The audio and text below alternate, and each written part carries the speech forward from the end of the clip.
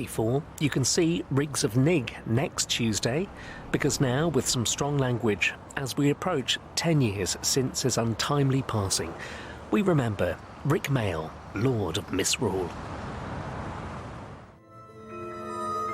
Of all the people who ever lived, only one can say, I am Rick Mayall, creator of the young ones, a pan-global phenomenon, loved by millions. On the day he was born, the gods cried, "Let there be light entertainment," and there was. He dreamt the impossible dream, and there will never be another. With Rick's death, I think people remembered just how golden he was in his youth. He was a golden youth. He was very beautiful, an extremely handsome man. What is it?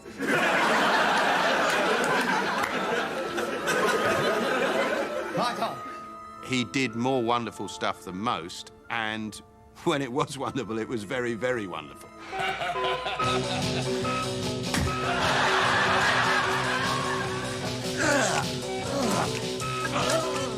If there's been a funnier person, I don't know who it is. I couldn't name anyone who's made me laugh any more than that man did. As the one person in the Young Ones who was both performer and writer, who was the central driving force of the Young Ones.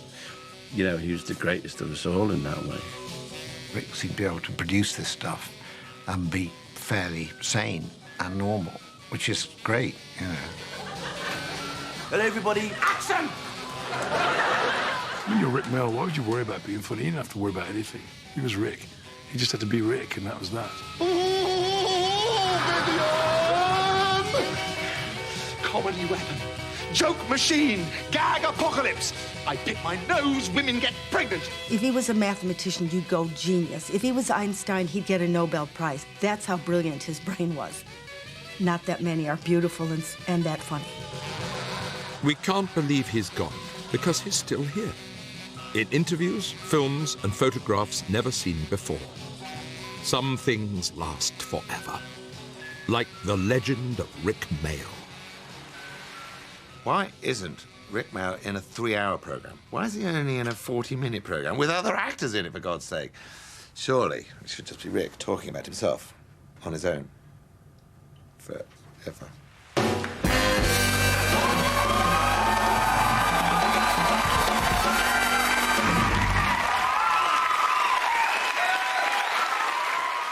Rick, from the first second I met him, I knew that I was in the presence of a great and extraordinary comic spirit. I can remember absolutely the moment I first laid eyes on him. It was at a Freshers' Entertainment. I was a first year.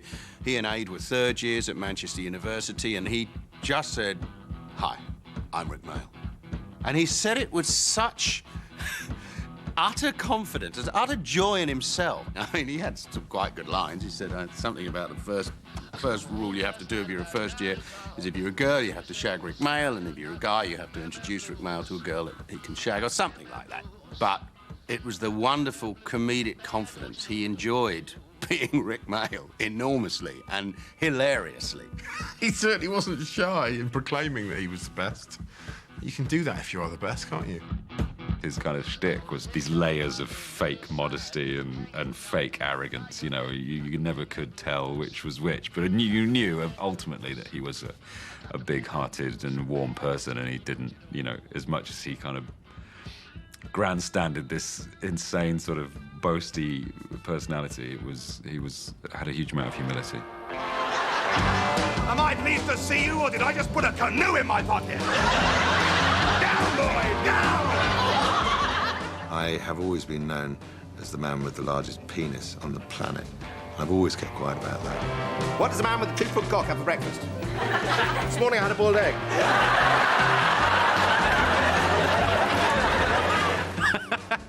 Oh, Rick's penis. Good times. It wasn't 2 foot. He claims it was. It wasn't.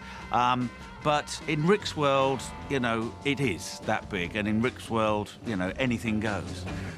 No, he did have the biggest knob in show business. Rick Mayall was born on the 7th of March, 1958. a Pisces, the poet of the zodiac, destined to fill the world with love, anarchy, and wonderful violence.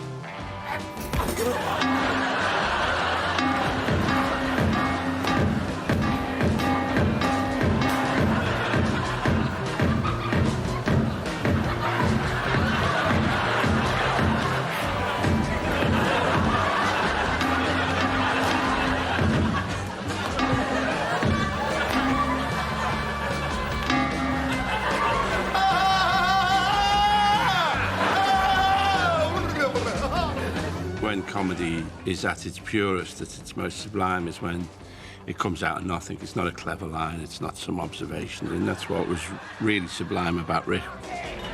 That he could make you laugh, just, you know, with saying nothing. What? What is it? What's going on? It's the first time it felt like these characters are for me to laugh at. I'm not having to struggle to work out why he's funny. He just is funny. You know, my grandparents disapproved of him, which was perfect. You know, it was like, brilliant, I'm glad you don't like him, because he's not for you. Yeah. Rick Mayall's words were his weapons, and he was armed to the teeth. He was young, he was angry, he was the voice of a generation. My name's Vic, okay? And, I've got a couple of, it's a pretty waste of time.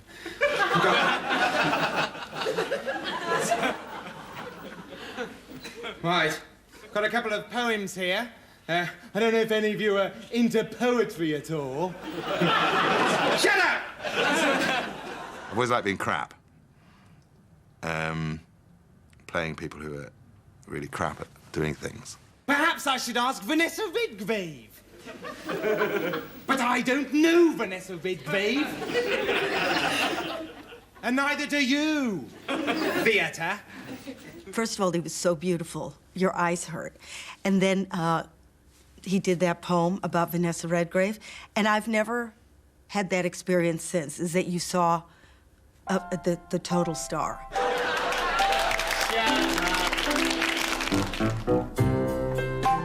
The Mayall family was Rick and his brother and two sisters. His parents were teachers of drama. Rick's dad was a very funny guy and, you know, used to, you know, they do bits of amateur drama and everything, but he would, you know, do, you know, you'd suddenly see him walking behind you on the pavement, you know, pretending to have a limp or, you know, making a silly face or something, and a lot of Rick came from that. There would never be anything ordinary about Rick Mayall, and the sign of things to come happened at his school in Droitwich, Worcestershire. The children were there to praise the Lord, but they found the Rick Mayall. My teacher said to me, "Now, Richard, I don't want you to sing at all because your voice is horrible. You have got a horrible voice, Richard. I'm quite serious about this. So I want you to move your mouth as if you are singing the hymns, but I don't want you to make any sound at all with that horrible voice of yours. Do you understand?" "Yes, miss." So up we stood in front of the teachers, and I was going and pulling all sorts of faces, and I started getting laughs, which was fantastic. I was getting laughs off the audience during the hymns and pulling all sorts of grotesque faces and moving my mouth out of time with the music, and occasionally going kind of big laughs, and I like that a lot. So I thought, oh, I like this. I like these laughs. The young Rick lived for kicks. It was 1975, time to follow his star to the English North, to Manchester, to change his life forever. There's a load of us got in to Manchester University who were kind of sleazy naughty boys. And that's where I met Aid. He was a very sleazy naughty boy. And, God, a couple of my mates from school, Mike Redfern, Mark Jewison, and I met Lloyd Peters, who's an important person. He's from Leeds. We liked the physical. We were very into not just Python, but Laurel and Hardy and the Marx Brothers. And he could do this amazing party trick where he bent the top of his ear into his ear hole.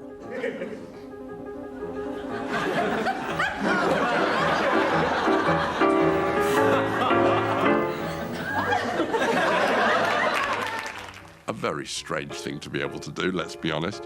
And it was kind of just sort of weirdly funny. There was quite a few talented young comedians doing something really different.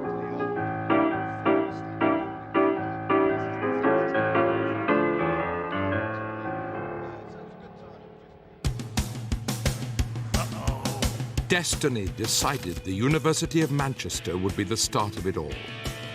Rick was amongst friends. Let's go! And they called themselves 20th Century Coyote. Blood, sugar, sex, magic.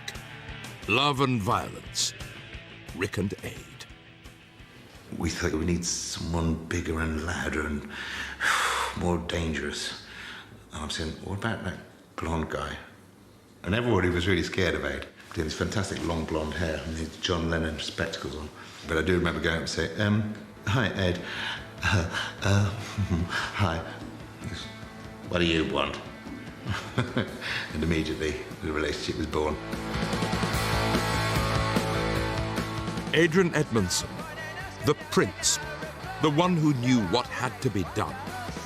Together they were everything, intertwined and ascending to the stuff of legend. Two stars colliding for a lifetime. It was fate, and there were pubs. I'm afraid we used to pass a hat round afterwards. And then with the meagre money we got from that, we'd get drunk. Which seemed like fantastic. Go to pub, make a load of people laugh, get drunk. Where's the problem in that? Show off, make some people laugh, get drunk. Ask girls to come and see it. Girls get impressed by the show, shag girls. Shag girls, get drunk, have good time. That is light entertainment. Manchester was conquered and London was calling. To the lawless underworld of Soho they came. I'll do you, sunshine. 20th Century Coyote. Now just Rick and Aid, a.k.a. the Dangerous Brothers. I first saw Rick. I didn't know it was Rick. I just knew this wonderful, extraordinary double act that he did with Adrian Edmondson.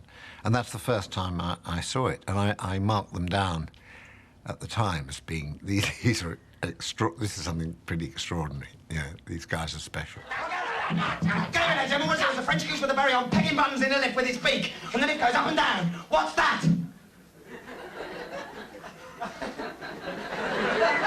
We've got him, we've got him. A gooseberry! A bloody gooseberry! A gooseberry! I'd never seen anybody that confident on stage, ever. It just seemed like this is where he lived. He was completely in control of that audience, and people like Jack Nicholson were going to see the show. And Rick was just, and Robin Williams was performing, and Rick was just not even considering them as competition, you know. He was just on stage loving it. He would just stare at the audience, he'd just start talking, he would be, and it was just hilariously funny. He just thought, this guy could do anything he likes.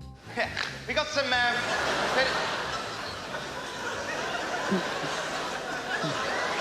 it's all a bit wacky here, isn't it? We're all a bit mad. We were up till midnight last night, eating biscuits, anything. We're crazy, we don't care. The first time I met him, I was going to the comic strip to perform and went into the dressing room, and Rick was sitting on the table with his back to the mirrors with his legs crossed and his hair all spiky, and he said, "Hello, I'm Rick and I'm a feminist." And he was so funny, both in his work and outside his work. He was hilarious, and there was that kind of glint of mischief and a bit of danger. I adored him. I thought he was wonderful. I can't get used to somebody that talented being that sweet, but he always was. At the high school hop last Saturday night, the moon was out, the stars were bright. I saw a girl with golden hair. I asked her to dance, and she said, yeah. We reeled and rocked, and hopped and bopped, and flipped and flopped, and then we stopped, and then we started again, and danced some more. I bought a Coke, and we shared the straw. Dog, dog, dog, wop, oh gosh, I'm so lonely. Oh gosh, won't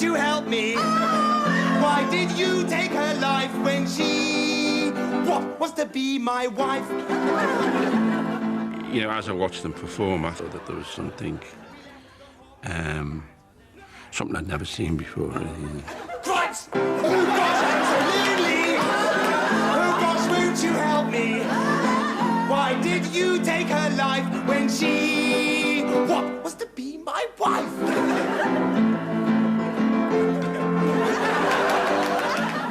The brightest and the best were drawn to the comic strip club. French and Saunders, Planer and Richardson, Arnold Brown, Alexei and Rick and Aid. Delirious, exuberant. Next stop, television. I like millions and millions of people looking at me, just looking at me, because it's all in my eyes. It's all in my eyes. The eyes of the television audience lit up at the sight of Kevin Turvey, and Rick Mayall became a star. Do you know how much it costs to go to America? 96 quid, that's how much. Where am I going to get that kind of money? I was mesmerised by Kevin Turvey. Yes, Kevin Turvey from Birmingham. Kevin Turvey, peerless. One day there was a knock at the door, and so I answered it and it was the milkman, and I paid him, and he went away, and I closed the door again and came back inside, and I mean, that's got nothing to do with the story, right? No, I just wanted to make it clear that I'm the kind of person who pays his debts.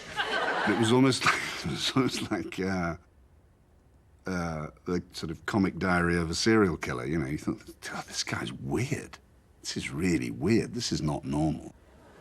So I went down to the kitchen, right? That's where I normally have my breakfast, you know. It's got all the gear in there, all the forks and stuff. Yeah, no, well, you know, as I've been there, I've seen it. So that's where I went. Like, you know, I went down the stairs. Well, we got these stairs in our house that attaches the first floor to the bottom floor. No, it's dead convenient, like, well, it saves all that trouble of, like, getting out the window and shinning down the drain pipe, you know, breaking into the kitchen window, going in and doing it all in there. It's a waste of time. So I use the stairs anyway, as per usual.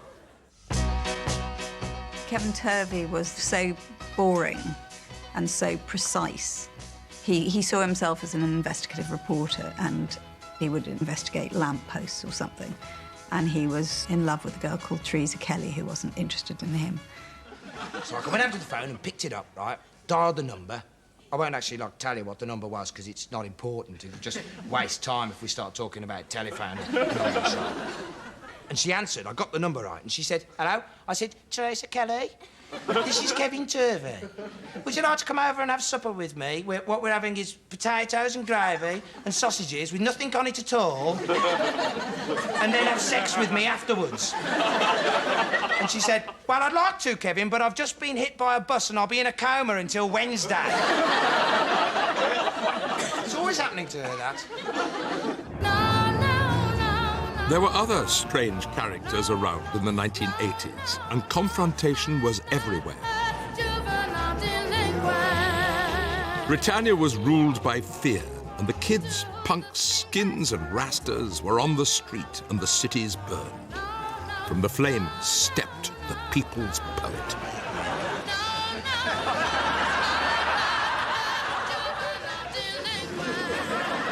This is it! I've been waiting 2 hours for this! It's a revolution! It was a revolution in the head of Rick Mayall. A hippie and a poet in the same house. Inspired, explosive, beautiful. Because although to you lot, I seem to have about as much importance as hippie. A hippie, it does happen to be me that does all the cleaning round here. Moan, bawling, just because you do a little bit of housework. Oh, Neil! Orange Peel! If only I could see you again! Into the student house came Aid Edmondson's psychotic Vivian, Chris Ryan as the cool guy Mike, and all kinds of Alexei Mayall. At just 24 years old, the sexy genius Rick Mayall gave the people the young ones.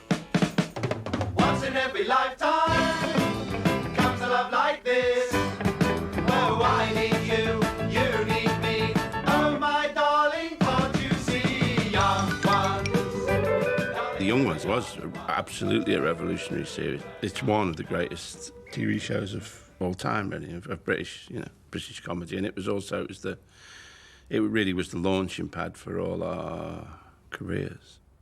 I definitely thought I'm in the presence of greatness here. This is terrifically good.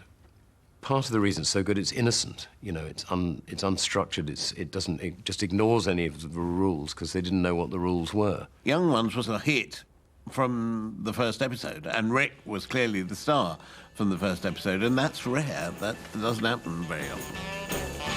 I certainly didn't know whether anything would happen with it, but it did.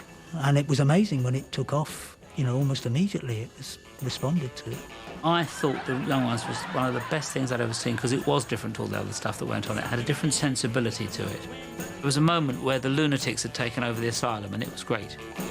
I was in the audience at a lot of those shows, and Rick and Aid, I think Aid was chanting, as Vivian was chanting, "Virgin, you're a virgin, virgin!" They had this big, sort of slappy, girly fight, slapping at each other. Virgin! I'm not a virgin! Virgin! I am not a virgin!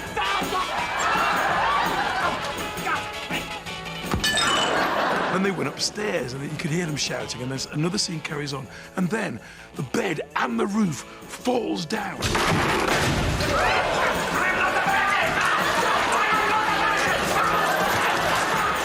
And they're continuing fighting. It was one of the greatest stunts I've ever seen done in a TV studio, ever. Honest to God, you just thought, who are these guys? And how are they allowed to do this? It was just brilliant.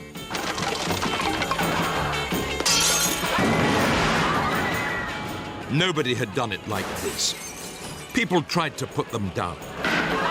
But the young ones were talking about their generation. This wasn't just comedy. This was comedy for the kids. Well, I'm going to tell Thatcher that we've got a bomb. And that if she doesn't do something to help the kids, by this afternoon, we're going to blow up England! Suddenly there was a strain of comedy that was directed specifically at young people and went completely over the heads of the grown-ups who sort of thought it was crude and stupid, when it was blisteringly smart and incredibly funny and so relevant. God, I'm bored. Might as well be listening to Genesis. My friends and I were disciples of the Young Ones, As I recall, it was the only thing we thought about. I just remember running into school so I could meet my stupid little gang of mates at the bottom of the stairs, and we could quote every line of the Young Ones. And we were all huge Madness fans as well, so when Madness were on, our little heads almost exploded. Do any of you lot know Summer Holiday by Cliff Richard? Yeah. You it. I'll smash your face in. I'll go sit over there. The Young Ones came along, and Mum and Dad were going, "What the hell's this?" And he was going, "Get away, this is ours, this is for me, this is not for you." It was punk for comedy. I mean, even to the point of Aid Edmondson tearing down the Good Life literally on the screen. It was kind of like, it was such a statement. No! I'm not watching the bloody Good Life! Bloody! I hate it! It's so bloody nice! The Young Ones was sort of, doing with humour what the Sex Pistols were doing with music and all that, saying the 80s are a dreadful time. We've got all these problems with Thatcher and all that sort of thing. So it was quite sort of destroy and rebuild. Did you see that? Did you? They did start a revolution, but when you're doing that, you don't think you are. It's just that this was healthy. The success of the Young Ones was a huge thrill for everybody, I think, And Rick in particular came out of it the most successful and loved comic in Britain at that time. Will you lend it to me if I promise to be your slave all day tomorrow? Yeah, that sounds like a good deal, yeah. Tough luck, Buster! I have my fingers crossed behind my back all along.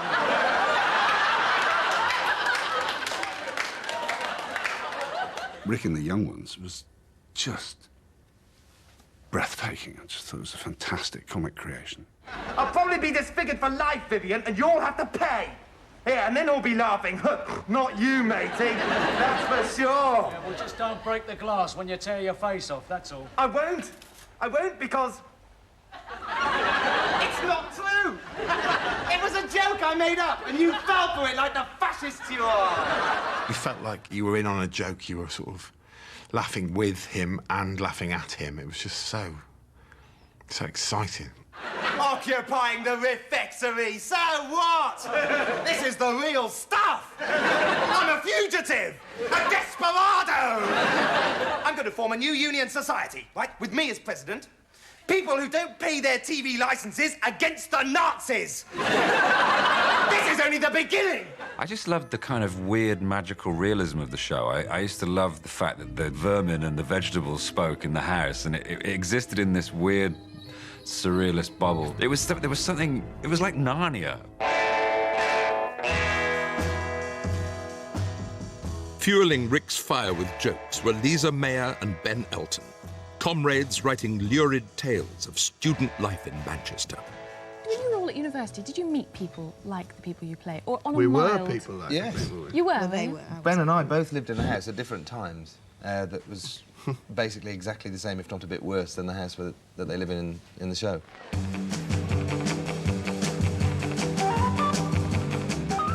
Inspired by their life in Manchester, Rick, Ben and Lisa had created a completely new flavour of comedy.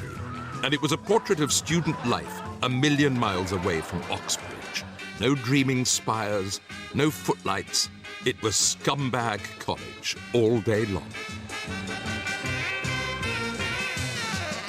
If you went to Oxbridge, you had a particular kind of sense of entitlement, you know, and obviously Rick and Aid and Nigel and the rest of the gang didn't have that, you know. It was central that they hadn't been to Oxford or Cambridge yet. They weren't polluted with that particular kind of way of doing things.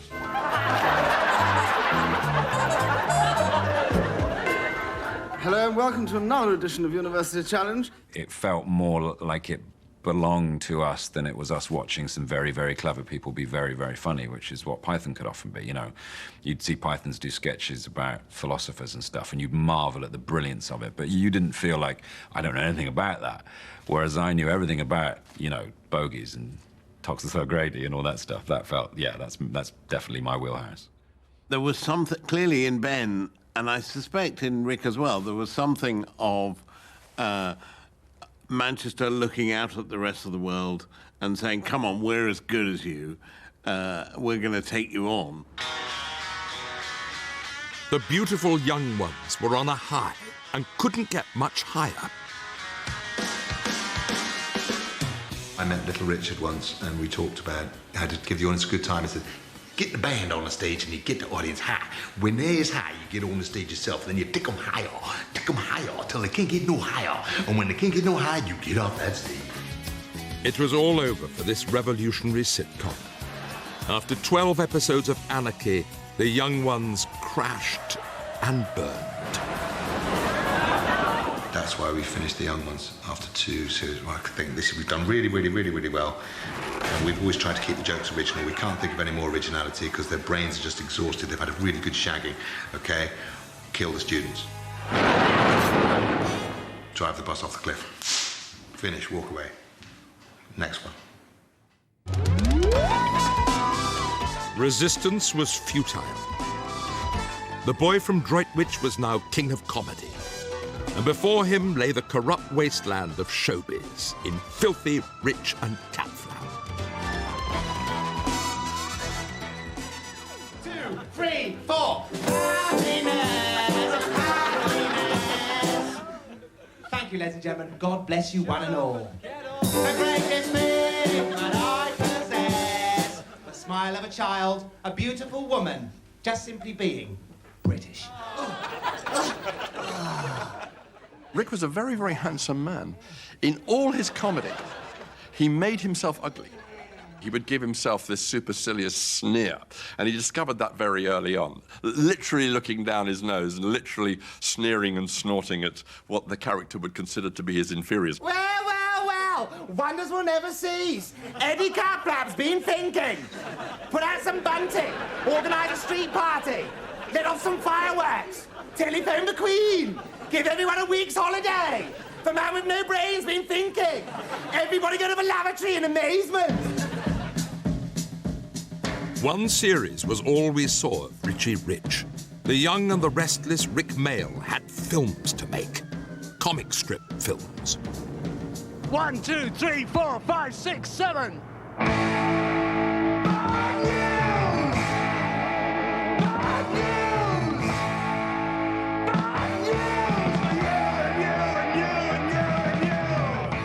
One of the best comic strips, I think. Well, God, how many have there been? 30 or 40. But a very good one was Bad News. You have British heavy metal and British documentary making being ridiculed. Bad News was one of those things that everybody thinks is a copy of Spinal Tap, but was actually, you know, just people having the same idea simultaneously. Rick was so in love with himself. He was the centre of the world. He was the centre of attention. So whatever was happening, whatever Rick was doing, that was the best, you know? And he wasn't afraid to say that. Those big eyes fix you with kind of, come on then, we're going to have fun, whether you like it or not.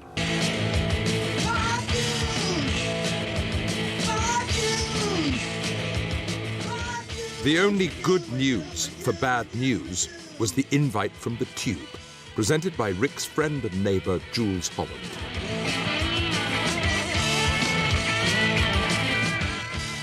You're a very visual band indeed. You still want to do an interview? Yes, yes, please, yes, yes. Do you want? I think it's probably just me. Well, no, we can have all the band in. Whatever. I remember when they came up and were doing the Bad News on the Tube, and they said, right, OK, so you do this, and you said, I was suddenly having to remember, and it was like, I said, well, you're going to have to guide me through this, because I haven't really, but they assumed, like them, I could do acting, but that wasn't really my speciality. And what are you saying to the kids? What I'm trying to say, I mean, when I'm writing a song, I look around, right, and I see everything in the world that's happening, and I'm just asking for vengeance. That's all.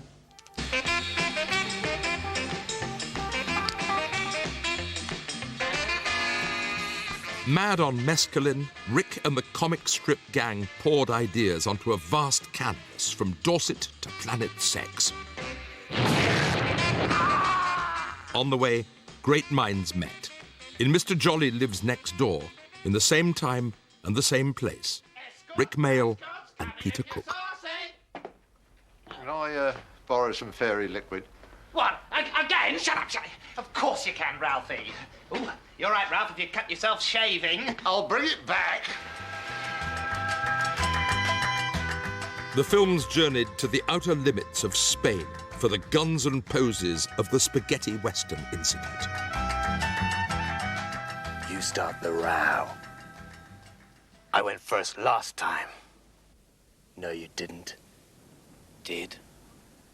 Didn't. Did.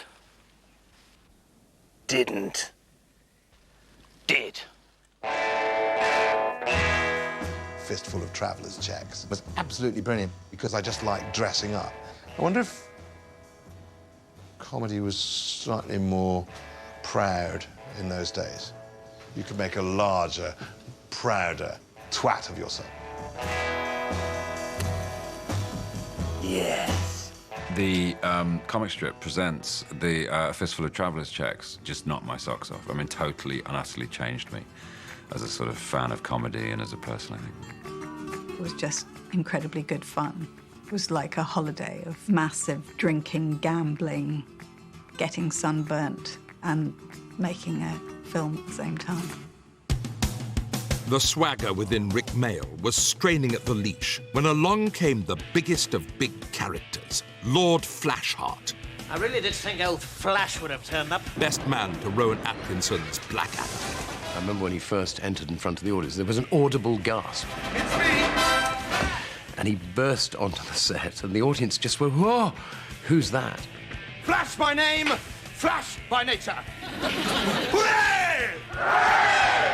We're all into our characters and letting the comedy take care of itself, and then this force of nature erupts on the set, and you kind of get carried along in its wake. I mean, including Rowan, you just kind of hanging onto Rick's shirt tails, really.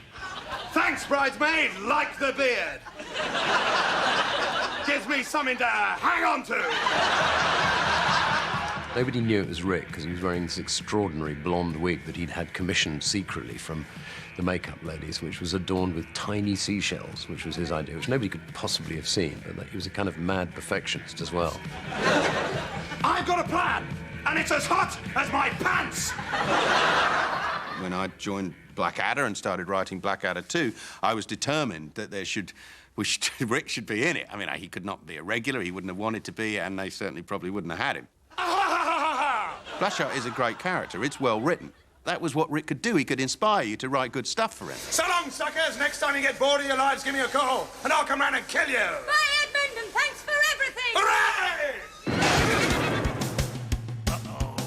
The scene-stealing Flashheart came twice, returning to make life in the First World War trenches even worse for Captain Blackadder. Ha! Eat knuckle, Fritz! First World War, you never kind of think of it as sex, but Flashheart comes on and his gear is so sex. I mean, it's just total 200% sex. And it just made me move and just be. It was great. I got my pistol, I got my lariat, I've got everything I need. It's just, I am a living penis. Mind if I use your phone? If word gets out that I'm missing, 500 girls will kill themselves. I wouldn't want them on my conscience. Not that they ought to be on my face.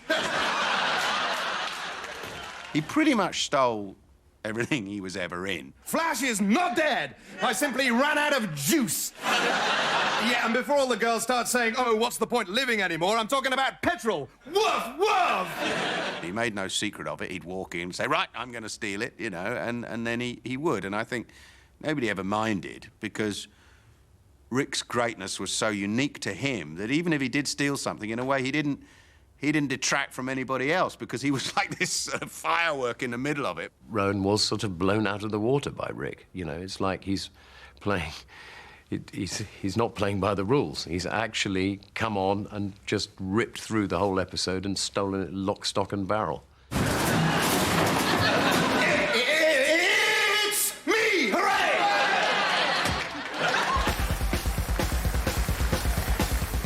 The UK was now ruled by a new breed of politician, and Rick wanted to fight back. He met the writers, Marx and Gran, to plot his revenge on the government. I said, yeah, I want a real bastard who's in the... And we were talking about how much we hated the Conservative government because of the unhappiness that they caused. I mean, real pain, hardship and unemployment, and they destabilised the only kind of defence that they had, the union movement. But really, we just want to get some laughs. And I need a target, I need someone I hate to be. And so I said buzz, and someone probably, Lawrence or Morris, said, well, we call him Bastard. Yeah, that's good. Conservative MP Alan Bastard was the supervillain Rick was born to play. Hello, Alan Bastard, biggest majority in the House of Commons. He beautifully embodied the evilness of that regime. Remember the Falklands, Gov? Indeed I do, I made a fortune. To carry that kind of arrogance and sneer and snobbery and bigotry without making it too horrible to watch it's really, really clever. I think Rick had a power to what he did, which made him always watchable. And when he does Alan Bastard and all that, nasty, nasty character, but there was something kind of terribly watchable about it. I'm your new French mistress.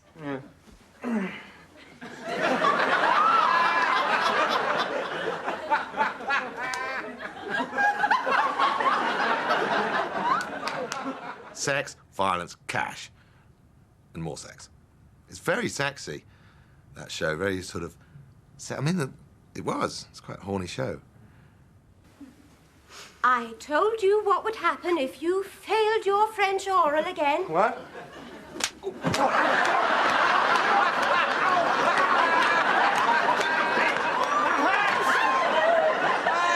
supposed to hurt. You wicked boy. Stupid trollop!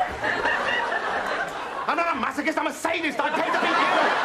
Fizzing with energy, that performance.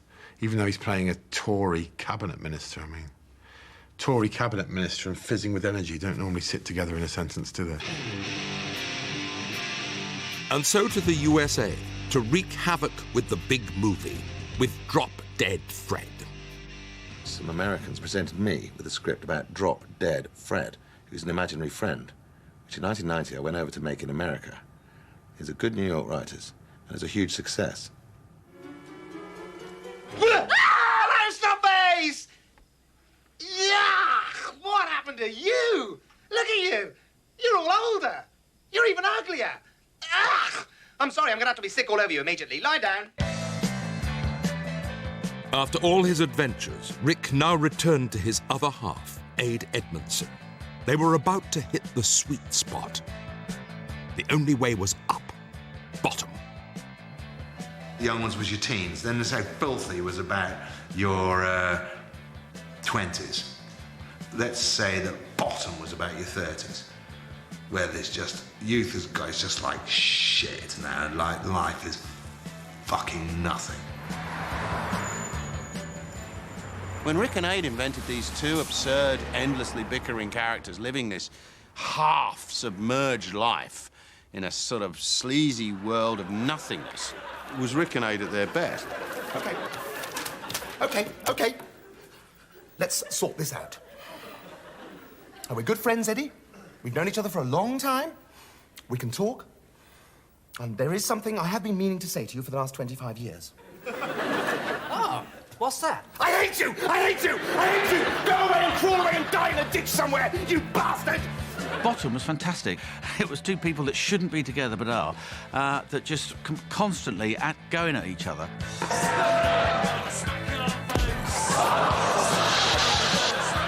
They're an unbeatable combination of physicality and violence. They're like a real-life Tom and Jerry, you know.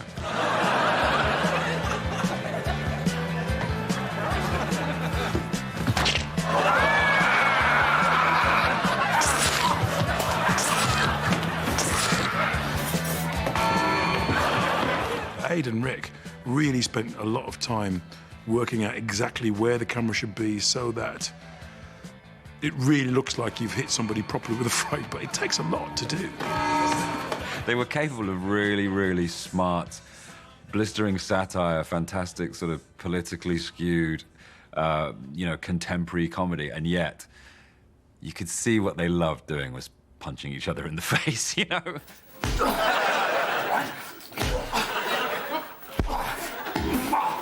Yes, it was crass, and yes, it was stupid. It was really stupid, but it wasn't half funny. I mean, I'm laughing now remembering it, but him and Abe were, it was priceless, you know. No one did crude comedy so poetically, I don't think. It had an unreality. That was absolutely what Rick and Ade were about. Yeah! An absurd unreality of two idiots who could never really compete in the real world. People sort of fell for him and were worried for him, you know, because he was this sort of just complete idiot, but trying to mean well, but getting it wrong. And it was like, oh, you know, they just wanted to cuddle him and sort of, you know, befriend him and take him under their wing. The whole soliloquy is about life and not having a bird, living with each other and being miserable. I love that. It's Friday night, and everywhere you look, there's buildings full of people all doing it. They're all doing it, and then stopping and having a fag, and then doing it a bit more. There's not a single one of them saying, hang on a minute, this really isn't fair. I mean, here's us doing it, and there's poor old Richie, and he hasn't done it. Ever. He hasn't got anyone to do it to. I'll tell you what, I'll pop down and do it to him for a bit, and then pop back up. Would that be all right?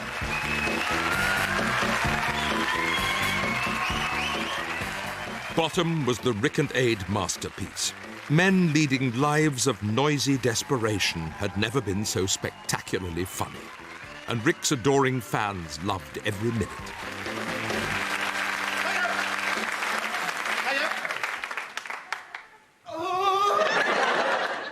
I mean, as soon as he comes up, I mean, Rick, you know, immediate rapport with the audience. Immediate. That's who he's relating to, really. He was a big show-off. You know, he loved performing. He loved showing off. He didn't really mind people looking at him, you know. He'd go, yes, it's me. Rick's public loved him, adored him even, in a way that few comedians get that kind of love. You respect Cleese mightily, or Peter Cook, but whether people love them as if they knew them, I think is not quite the same as what Rick had. There's something that came through the persona which made a direct connection with people, which is very unusual.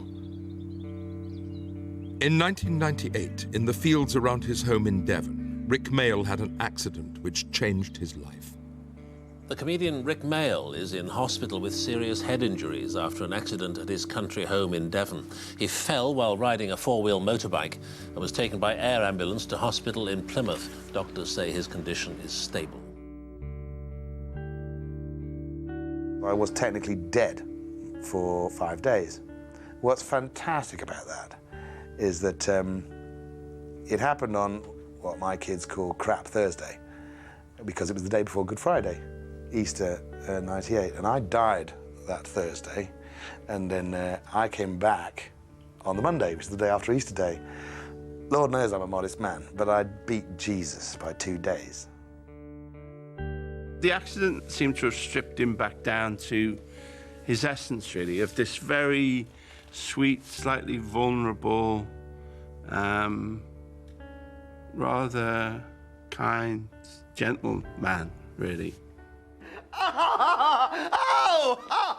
Rick and Aid resumed their partnership with the mayhem of Guest House Paradiso. We were wondering if you had any rooms. Yes, we'd like 2 rooms adjoining. Yes, with a sea view, please. Gosh, you're quite forthright, aren't you? In your demands. My word, Eddie, important people here. Well, first things first. You got any valuables that you'd like me to put in the safe?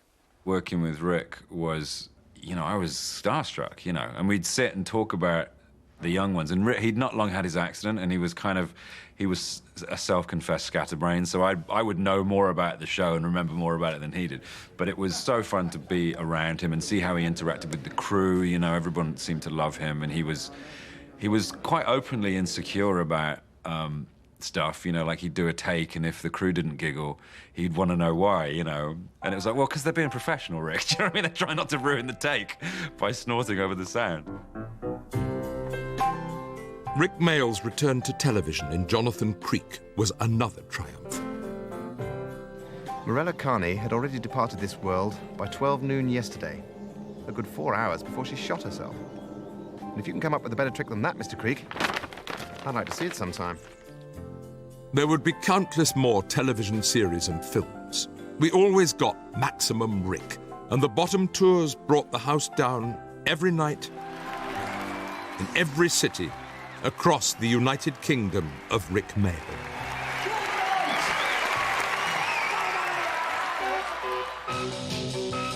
You fat prick! Like good whiskey, Rick Mayall got better with age. The devilment deepening, the behavior unhinged. And as Greg Davis's father in Man Down, a performance as good as it gets. Certainly since my late 20s, people have been telling me that I look like him. And so when I knew I had a sitcom, he was the fantasy casting to play my dad. Him as a performer, he held nothing back. He threw caution to the wind. He threw himself over a car in a bear suit.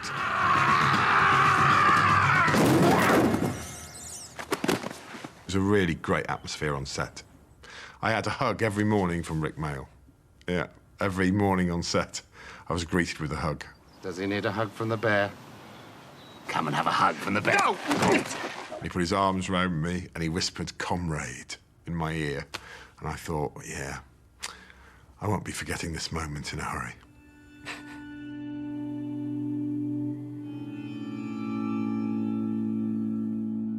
Rick Mayall died on the 9th of June, 2014.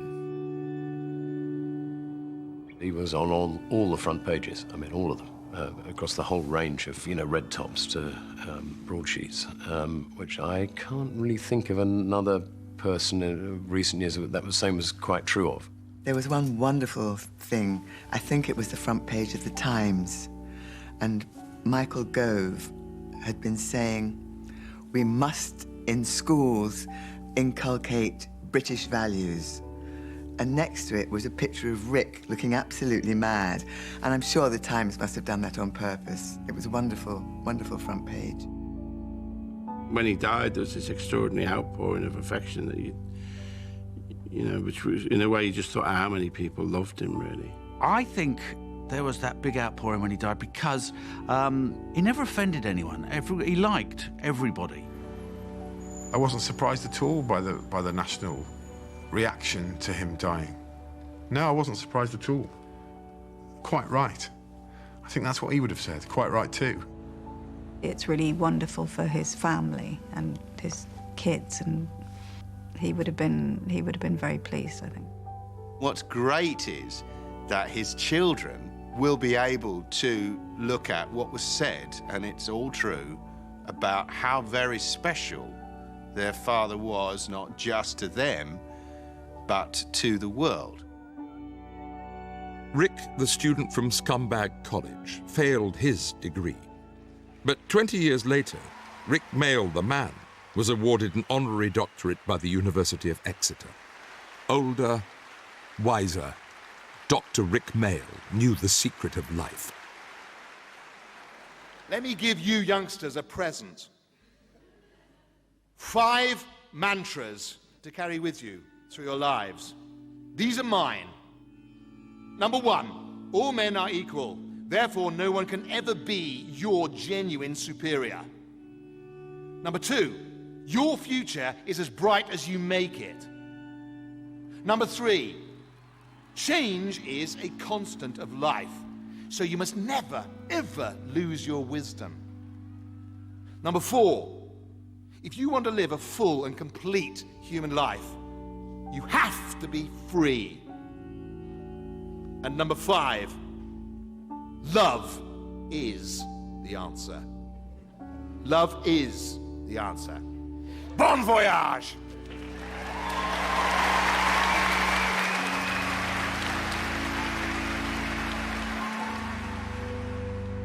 He was unique. People like Rick don't come along very often. Blimey, 56, you know. That's too young. Yeah. It does seem impossible that that amount of energy can be extinguished, you know. It's where you find yourself, you know, wishing you were a Buddhist or something, and think, well, it must go somewhere else then. It must go into somebody else, you know. That moment, somebody's been born with Rick's energy and talent. That'd be something. Last time I saw him properly was at a birthday party, and he was just very funny and very charming. He wanted to work, he was pitching ideas, you know. He wanted to do an interracial cop buddy movie where everybody thought we were gay. He loved the business, he loved that everyone else was doing it, he loved the fact that, you know, it was a means of making money. It was just like, he was in this sort of complete heaven where he could express himself so faultlessly and so naturally and just be very, very successful at it. It was just like, every day was a joy when he woke up. It was amazing. His incredible generosity of spirit, love of his friends, and endless optimism was with him all his life. And I miss him very, very much. Once in every lifetime comes a love like this. I need you, you need me. Oh, my darling, can't you see? Young ones. Darling, we're the young ones.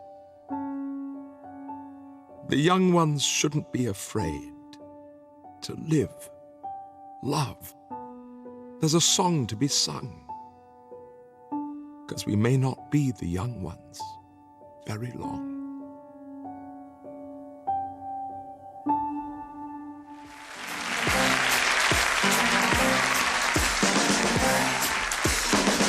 You're looking for trouble?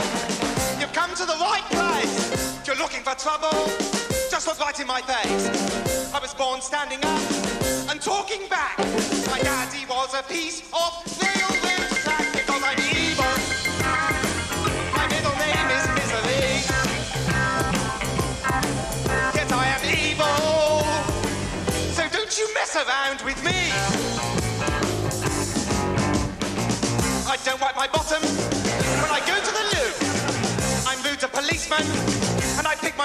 too. There's no stopping me. I'm bloody mad. I smoke marijuana and I don't go to lectures because I'm evil. My middle name is Jeremy. Yes, I'm evil. So don't you mess around with me. Mess around, everybody.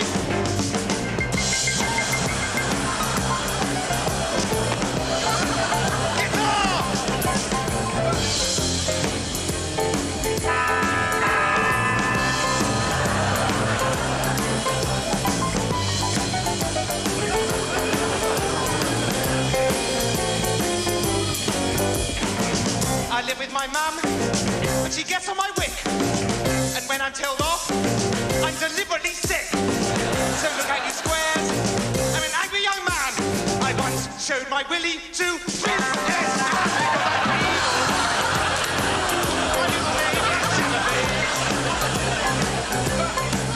yes, I am evil. What? So don't you mess round with me! Bloody hell! The BBC